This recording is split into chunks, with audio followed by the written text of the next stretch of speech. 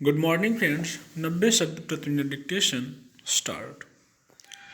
सब चकित हैं, मौसम अचानक बदल गया है।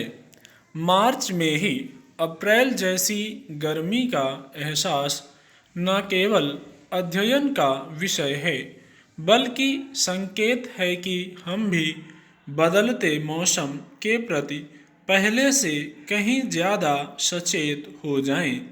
रविवार को मुंबई में जहां पारा 40 डिग्री सेल्सियस के पार चला गया, तो वहीं दिल्ली में इसने 10 साल का रिकॉर्ड तोड़ दिया।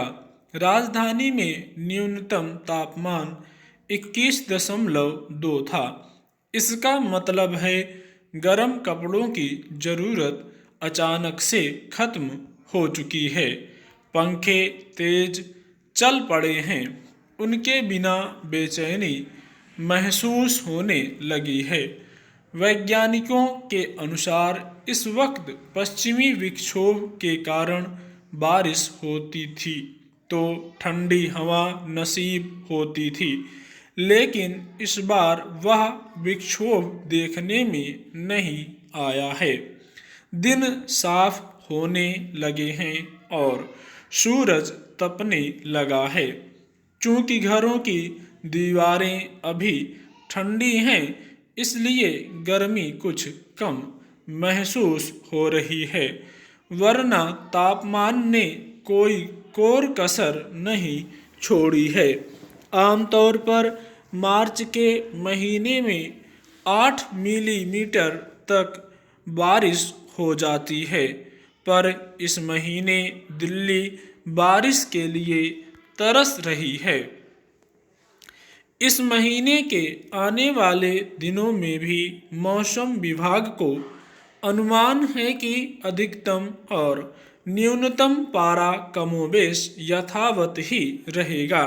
इन दिनों न्यूनतम पारा को 15 डिग्री सेल्सियस तक होना चाहिए, लेकिन अब 20 डिग्री सेल्सियस के करीब चल रहा है।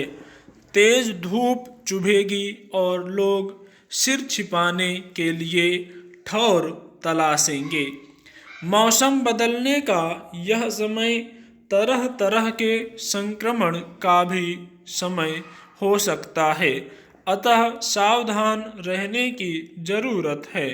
मौसमी बीमारियों का खतरा इसलिए भी ज़्यादा है क्योंकि हवा में प्रदूषण का स्तर भी ज़्यादा है।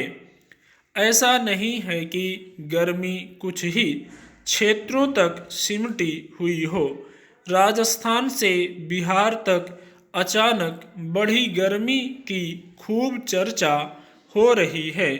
यह भी गौर करने की बात है कि विगत सप्ताह से अंटार्कटिका में भी तापमान रिकॉर्ड तोड़ रहा है।